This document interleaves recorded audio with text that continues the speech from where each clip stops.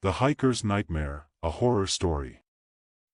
It was supposed to be a solo adventure, a chance for Liam to escape the stresses of city life.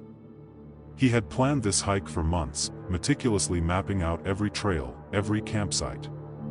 The forest was supposed to be his sanctuary, a place where he could find peace in solitude.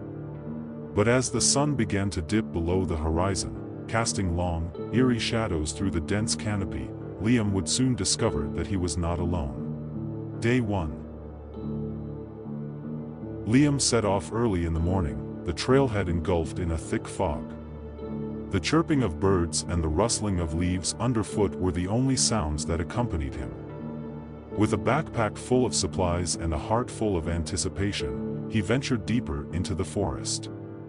The first day was uneventful, filled with the usual sights and sounds of nature. Little did he know, something was watching him. Night 1. As night fell, Liam set up camp near a small, bubbling creek. The crackling fire provided a sense of comfort, warding off the encroaching darkness. He cooked a simple meal, enjoying the silence that only the wilderness could offer. But as the fire began to die down, he heard it, a low, guttural growl emanating from the shadows.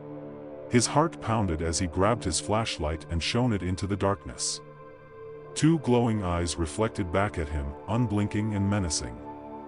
Before he could react, the eyes disappeared, and the forest returned to its unnerving silence. Unease settled in as he climbed into his tent, clutching a small knife for protection. Day 2. The next day, Liam couldn't shake the feeling of being watched. Every rustle of leaves, every snap of a twig set his nerves on edge. He pressed on, determined to reach the next campsite before nightfall.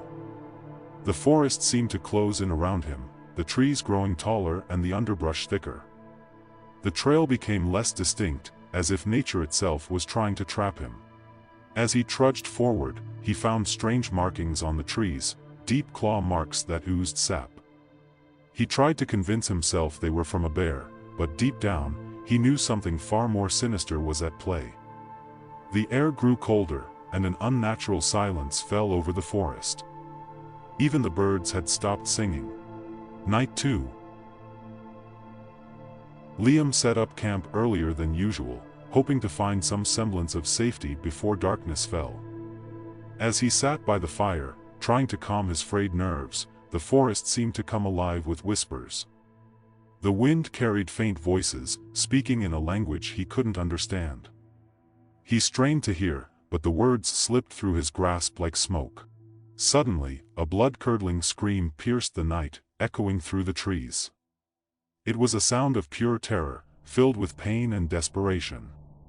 Liam's blood ran cold as he realized it was not an animal, but a human voice. He debated whether to investigate or stay put, but fear rooted him to the spot. Day 3. By morning, Liam was exhausted, his mind plagued by nightmares and the haunting scream.